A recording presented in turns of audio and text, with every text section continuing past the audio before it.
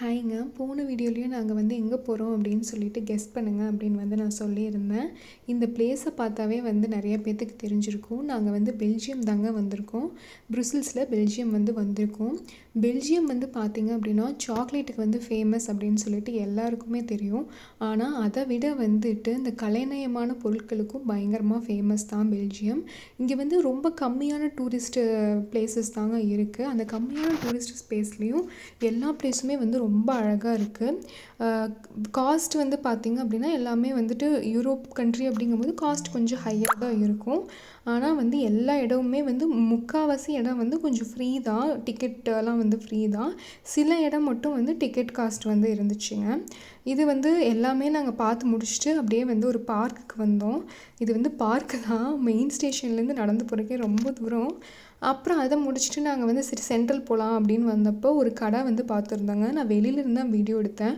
அது பார்க்குறக்கு வந்து ஒரிஜினல் ஃபுட்டு மாதிரியே இருந்துச்சு. ஆனால் அது எல்லாமே வந்துட்டு பண்ணி வச்சுருக்காங்க. இது ஒரிஜினல் ஃபுட் கிடையாது, சாப்பிட்றது கிடையாது. எதில் பண்ணியிருக்காங்கன்னு தெரில. ஆனால் பார்க்குறக்கு வந்து ஒரிஜினலாக வந்து பண்ண மாதிரியே வந்து இருந்துச்சு.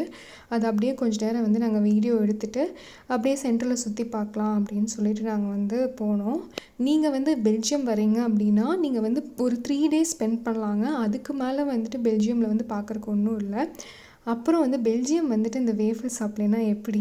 ஸோ அதனால் வந்து வேஃபில் வந்து வாங்கினோம். இதோட காஸ்ட் பார்த்திங்க அப்படின்னா 7 யூரோஸுங்க. அப்புறம் வந்து இங்கே ஒரு மார்க்கெட் இருந்துச்சுங்க. அந்த மார்க்கெட் வந்து பார்த்திங்கன்னா இந்த பில்டிங் ஸ்ட்ரக்சரே வந்து ரொம்ப ஆர்டிஸ்டிக்காக சூப்பராக இருந்துச்சு.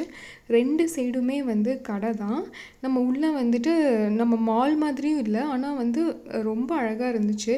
நம்ம வேடிக்கை பார்த்துட்டே வந்து டைம் ஸ்பெண்ட் பண்ணலாம்.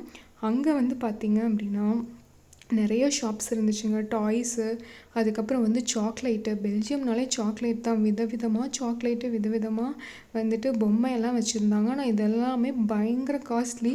நான் வெளியிலேருந்து மட்டும் அப்படியே வீடியோ எடுத்துகிட்டே வந்துட்டுருந்தேன். பார்த்துட்டு எப்படி இருக்குது அப்படின்னு சொல்லிட்டு எனக்கு வந்து சொல்லுங்கள். பெல்ஜியமில் வந்து நாங்கள் கொஞ்சமாக தான் சாக்லேட்ஸ் வந்து வாங்கினோம்.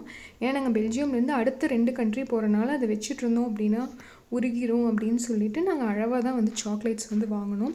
நீங்கள் பெல்ஜியம் வரீங்க, சாக்லேட் வாங்கணும் அப்படின்னா சென்ட்ரல் பெல்ஜியமில் போய் வாங்குங்க. அங்கே நிறைய ஆப்ஷன்ஸ் இருந்துச்சு, ஆஃபரும் போட்டிருந்தாங்க.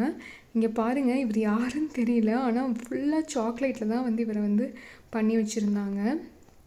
ஃபுல்லாமே சாக்லேட் தாங்க. நிறைய விதவிதமாக சாக்லேட்டு. ஆனால் பயங்கர காஸ்ட்லி இந்த இடத்துல. வீடியோ பிடிச்சிருந்துச்சுன்னா சப்ஸ்கிரைப் பண்ணிக்கோங்க. தேங்க்யூ.